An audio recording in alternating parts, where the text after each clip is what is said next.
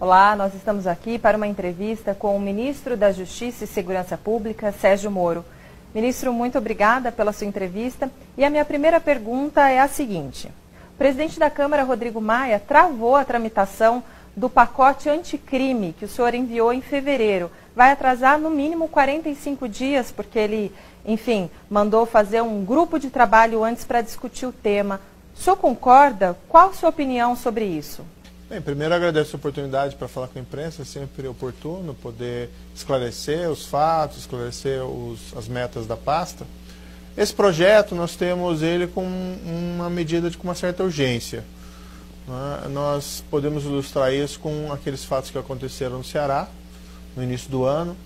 Nós tínhamos acabado de assumir o governo, estávamos relativamente tranquilos, fomos surpreendidos por aquele incidente, em que basicamente organizações criminosas se uniram para perpetrar atos de intimidação da população e do governo. E vejam que naquela ocasião até, vamos dizer, praticaram atos que mais se assemelham a práticas de grupos terroristas do que propriamente de crime organizado. Essa crise foi debelada através do governo do Estado e através também da Força Nacional, foi resolvida, mas esses acontecimentos podem se repetir. Nós apresentamos esse projeto com vários, vamos dizer, endereços. Crime organizado, crime violento e corrupção. Nós entendemos que os três são importantes. E, considerando a elevação da criminalidade, que é apenas ilustrada por esse incidente, não estou dizendo que esse incidente é motivador, mas esse incidente é um dos fatores a serem considerados, nós temos isso como urgente. O senhor presidente da Câmara, Rodrigo Maia, ao qual nós muito respeitamos, optou por criar esse grupo de trabalho para debater. A minha opinião, pessoal, particularmente, é que esse debate poderia ocorrer já dentro da comissão. Mas, tendo sido criado, vamos esperar que esse grupo de trabalho possa, então, desenvolver as suas atividades no tempo mais rápido possível. Há uma prioridade do novo governo, que é a nova Previdência, mas a segurança pública, o enfrentamento da corrupção, do crime organizado e do crime violento, também são uma das demandas principais da sociedade. Então, o que o governo quer ver, o que eu quero ver, é que isso seja decidido, debatido, aprimorado no parlamento com a maior velocidade possível. Mas o tempo do Congresso é o tempo do Congresso. Eles que decidem. Mas o senhor acha que, nesse episódio específico, houve algum tipo de viés político para tomar essa decisão, para atrasar um pouco a discussão do pacote anticrime? Olha, há uma reflexão no sentido de que, eventualmente, poderia atrapalhar de alguma maneira a nova Previdência. Eu não vejo isso acontecendo porque os projetos são complementares. No fundo, assim, eles não afetam as mesmas matérias, então podem ser discutidos separadamente. Eu não creio particularmente que a discussão de um possa de alguma forma atrapalhar a do outro. E claro, nós estamos conversando com os parlamentares, estamos conversando com o senhor presidente da Câmara, tudo isso muito respeitosamente, para nós buscarmos o quanto for possível acelerar a tramitação desse projeto. Porque, mais uma vez, é um projeto que foi apresentado pelo governo, mas é um projeto que reflete as aspirações das pessoas. As pessoas querem se sentir mais seguras, as pessoas querem ter um governo mais íntegro, as pessoas entendem que o crime organizado é uma preocupação central hoje em dia. Eu posso até fazer um paralelo. Eu estive agora recentemente nos Estados Unidos, nessa missão oficial, e vamos fazer um paralelo, embora isso seja uma situação diferente, com o que aconteceu no 11 de setembro. Foi aquele atentado terrorista extremamente trágico.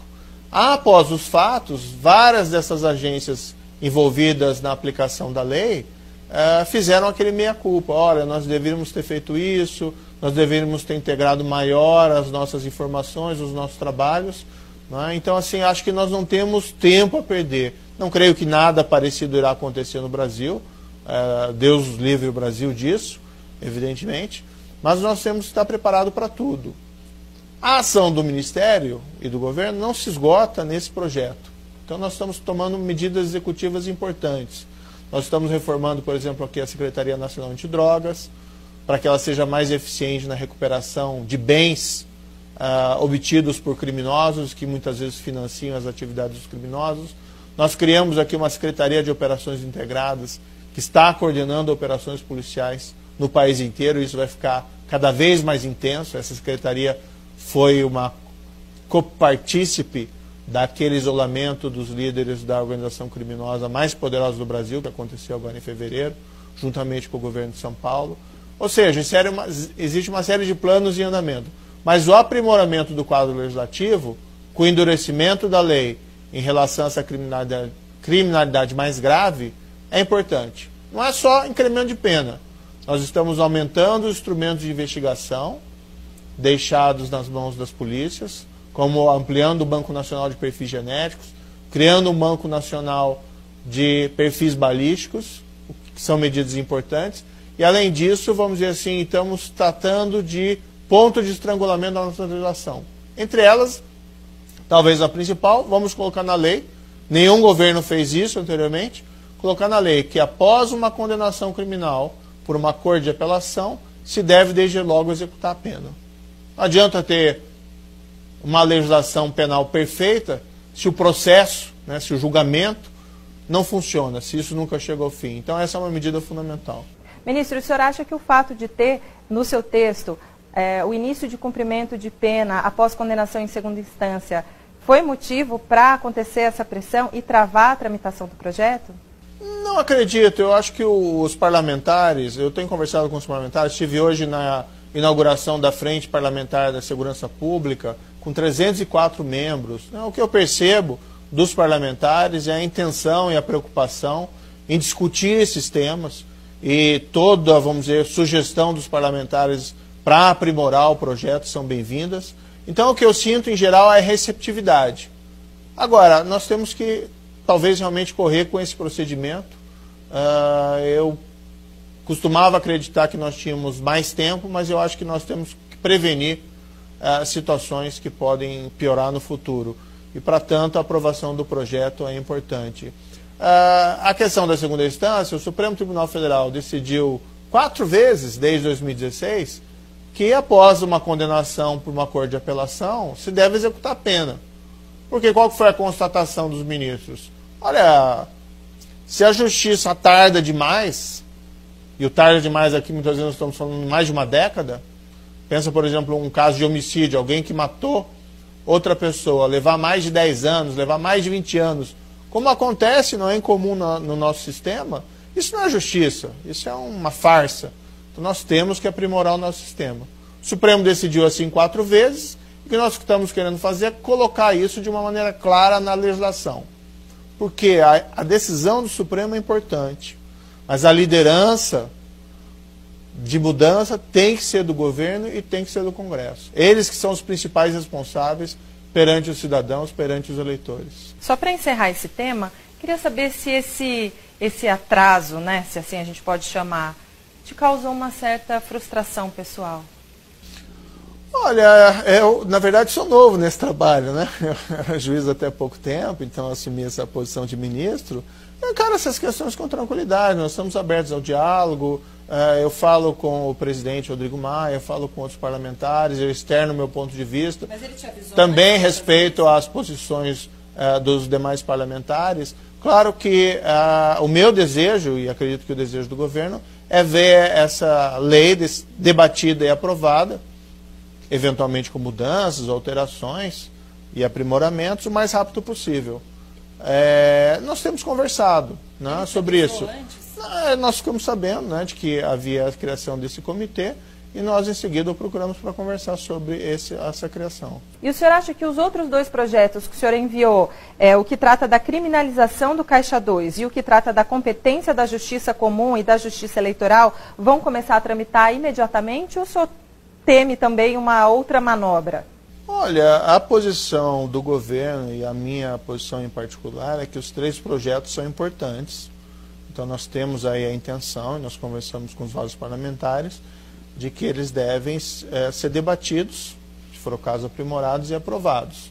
Eu não sei se eles vão seguir o mesmo procedimento, porque esses 2 projetos que ficaram menores, talvez nem precise de a tramitação, vamos dizer, mais longa daquele projeto que ficou maior, porque são várias medidas.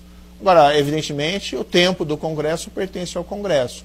O que o governo faz, o que eu faço é externar minha posição. Olha, eu acho que isso é urgente, isso é importante. As pessoas querem confiar no governo e no Congresso e, para tanto, nós precisamos, juntos, não é, liderar esse processo de mudança. E o senhor se arrepende de ter fatiado o projeto em 3? Uma das separações foi inevitável, porque a mudança da competência da Justiça Eleitoral para que o crime eleitoral fique com a Justiça Eleitoral e todos os demais crimes fiquem com a Justiça Comum, isso tem que ser por lei complementar. Então essa separação acabou sendo inevitável. A questão do Caixa 2, nós temos presente que o Caixa 2 é um crime muito grave, né? Mas houve solicitações para que fosse tratado em separado. Nós entendemos que estrategicamente era melhor, né? Se nós queremos a aprovação, nós também temos que ser sensíveis às solicitações dos parlamentares. Ministro, o que vai ser da Lava Jato com essa decisão do Supremo de transferir, né, para a Justiça Eleitoral crimes de Caixa 2 e crimes comuns relacionados ao Caixa 2? Olha, só antes de responder essa sua pergunta, eu queria aproveitar a oportunidade para fazer. Eu não estou mais na Lava Jato, né, então eu tenho um pouco mais de liberdade, mas elogiar o trabalho que vem sendo realizado, que foi feito. O que nós tínhamos? Nós tínhamos uma tradição de impunidade da grande corrupção. Os escândalos pululavam na imprensa, seja na escrita, ou seja na televisiva, ou seja no rádio, e muitas vezes nada acontecia. É como se aquilo não tivesse importância nenhuma. A Operação Lava Jato representa uma mudança. Claro que há muito ainda a ser feito, e há investigações que correm, e há processos que vão ser, vamos dizer, ter o seu trâmite. Mas é inegável que poderosos que outrora se reputavam impunes, pessoas que cometeram grandes crimes de corrupção, e nós temos aí a Petrobras, que foi verdadeiramente saqueada, né, por empresários, agentes da Petrobras e políticos inescrupulosos, que enfrentaram as Cortes de Justiça, e muitos deles estão aí cumprindo as suas penas de prisão. Então algo mudou. É algo que nos satisfaz por completo? Não. Não, nós temos que fazer com que isso seja a regra, que se alguém errou, que se alguém cometeu um crime contra a administração pública, que essa pessoa sofra as consequências. Claro, observado aí o devido processo legal, os direitos, os julgamentos, mas isso precisa ter consequências. E nada tira esse mérito da Operação Lava Jato, né, dos procuradores, do Ministério Público que nela atuaram, dos agentes policiais da Polícia Federal, que também realizaram um trabalho de investigação, de todos os órgãos que participaram, inclusive, por exemplo, também a Receita Federal, tá? Das várias instâncias da Justiça que trabalharam nesse caso. Agora, o futuro da Lava Jato, ela continua, né? Eu acho que ela não está com risco de ser encerrada. Houve essa decisão do Supremo Tribunal Federal, foi uma decisão por 6-5, né?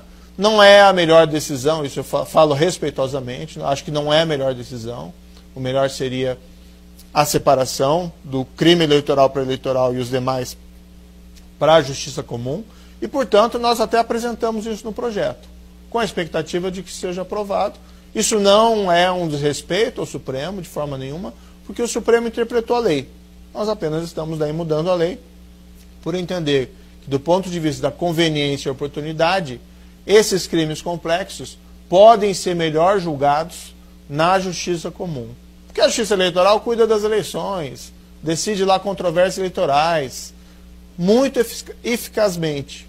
Mas até por esse motivo ela fica soberbada para decidir esses casos mais complexos. O senhor que tem essa experiência grande na magistratura, em termos práticos, na sua opinião, o que o senhor acha que acontecia e que não vai mais acontecer, ou que vai, porque dizem que vai piorar, né, vai enfraquecer a Lava Jato, essa mudança para a Justiça Eleitoral, o que na prática acontece e não vai mais acontecer?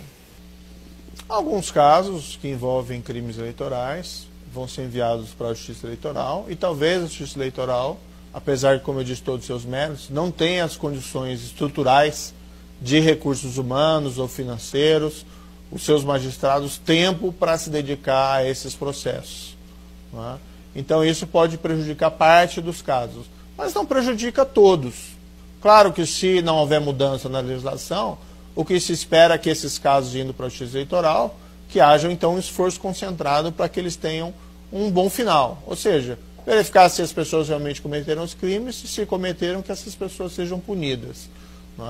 Não é o fim da Lava Jato. Perfeito? Agora, claro que a decisão no sentido contrário deixaria o trabalho mais fácil. Ministro, como foi a viagem que vocês fizeram para os Estados Unidos? Eu gostaria também que o senhor falasse sobre o acordo que foi feito com a FBI. Ele é recíproco? Nós temos um governo com 2 meses. Então, nós estamos ainda desenvolvendo uma melhor relação com os Estados Unidos. A viagem do presidente Jair Bolsonaro foi extremamente positiva, na minha avaliação. Nós fomos muito bem recebidos. O presidente conseguiu estabelecer uma relação pessoal próxima com o presidente que é do país mais poderoso do mundo. Isso abre algumas portas ao Brasil muito relevantes. Entre elas, o já anunciado apoio dos Estados Unidos para que o Brasil ingresse na OCDE, que é esse órgão que reúne os países mais envolvidos do mundo. Isso é importante para o Brasil, não só para a reputação internacional do Brasil, mas também para avanços institucionais. Mas vários outros assuntos ainda têm que ser desenvolvidos. Teve o acordo lá da base de Alcântara, que eu acho fantástico, acho que é um excelente acordo para o Brasil. Na área criminal foram feitos acordos envolvendo principalmente troca de informações. E é troca mesmo, é recíproco. É recíproco. Entre o FBI e a Polícia Federal, inclusive aí envolvendo, por exemplo, impressões digitais de pessoas suspeitas de crime. E, por outro lado, também feito um acordo com o DHS numa área que nos é sensível, que é o controle de fronteiras. O DHS é o órgão responsável lá por tratar desses assuntos de fronteira. E, basicamente, o acordo envolve nós enviarmos um agente da Polícia Federal para os Estados Unidos para trabalhar no que eles chamam National Target Center, que é o órgão central de controle de fronteiras, e eles mandam um agente para cá para trabalhar em uma unidade da Polícia Federal com essa atribuição de fronteira. Isso facilita aprendizado, troca de experiência e troca de informações em tempo real. Mas, claro, nós queremos aprofundar ainda mais essa cooperação, porque, veja, hoje o crime muitas vezes é um fenômeno transnacional. O próprio tráfico de drogas. A droga consumida no Brasil raramente é produzida aqui. A cocaína, por exemplo, vem dos demais países da América Latina. Os Estados Unidos têm informações estratégicas sobre tráfico de cocaína dentro do nosso país. Da mesma forma, nós temos informações estratégicas a respeito de tráfico de drogas para os Estados Unidos. Se os países não cooperam, o que nós temos é criminosos que atravessam a fronteira e policiais que são inaptos para tratar desses temas. Então, cooperar é essencial nessa nova realidade de globalização do crime. Nós temos que aprofundar essa relação e esse foi um primeiro passo. Já existe uma relação pretérita, evidentemente, mas nós precisamos aprofundar essa relação. E o que o senhor achou da iniciativa do Congresso Nacional de instaurar a CPI da Lava Toga? Bem, esse assunto está sendo discutido no Congresso, não está sendo discutido no Executivo, então eu vou me abster de fazer comentários. E qual avaliação o senhor faz desses 3 meses no governo? É uma perspectiva de trabalho diferente, Como juiz eu cuidava dos meus casos concretos, claro que eles tinham uma relevância, todo caso é importante, porque envolve a vida de pessoas. Nos últimos anos, especialmente teve esse destaque por conta da Lava Jato, e consequências que muitas vezes transcendiam o caso concreto, porque as pessoas viam a justiça funcionar, e isso dava a elas esperança de tempos melhores. No Ministério é um pouco diferente, eu não lido diretamente com os casos concretos, eu não sou um super tira ou um super juiz aqui, mas o meu papel é dar estrutura e liberdade para que aqueles que trabalham, vamos dizer assim, diretamente com os casos concretos, possam realizar bem o seu trabalho, seja providenciando a eles os instrumentos necessários, por mudança de lei, ou por dar a eles estruturas materiais, dando a eles uma mão livre. É isso que eu tenho dito para todo mundo que trabalha comigo. Vocês são livres para fazer o seu trabalho em prol do interesse público. Então, não se vai, por exemplo, proteger ninguém que cometeu crimes, sejam eles crimes violentos, sejam crimes praticados por organizações criminosas, sejam crimes contra a administração pública. Eu acho isso importante, você ter uma construção de instituições fortes e uma construção daquilo que se diz um governo de leis, né, e não um governo de interesses especiais. E o senhor tem a autonomia que lhe foi prometida? Certamente, eu pude escolher todas as posições dentro do Ministério, as posições chaves executivas, que formulam as políticas públicas mais relevantes. Houve um episódio recentemente em que houve até alguma crítica ao senhor presidente, e inclusive a mim, envolvendo a nomeação de uma conselheira, um órgão consultivo do Ministério, uma pessoa muito competente, mas houve uma reação um tanto negativa por parte dos eleitores do senhor presidente, e ele me pediu educadamente que eu revesse a decisão, entendendo a situação da reação dos eleitores, eu evidentemente acolhia o pedido do senhor presidente. E o senhor defende o afastamento do ministro do Turismo, Marcelo Álvaro Antônio, para que ele se defenda das acusações, das suspeitas de que ele teria comandado um esquema de candidaturas laranja em Minas Gerais? O que existe é uma orientação do presidente de não proteger ninguém. E isso é absolutamente consistente com aquilo que eu acredito.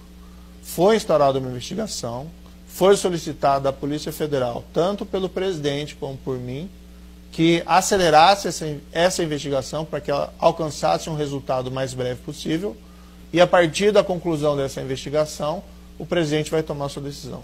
Ministro, e por que o senhor não usa mais camisa preta? Eu usei no passado, foi muito criticado. E, enfim, também não estou aqui para ditar moda, né? É melhor fugir desse tipo de controvérsia nessa área que, afinal, não sou nenhum especialista. Ministro, muito obrigada pela sua entrevista. Muito obrigado.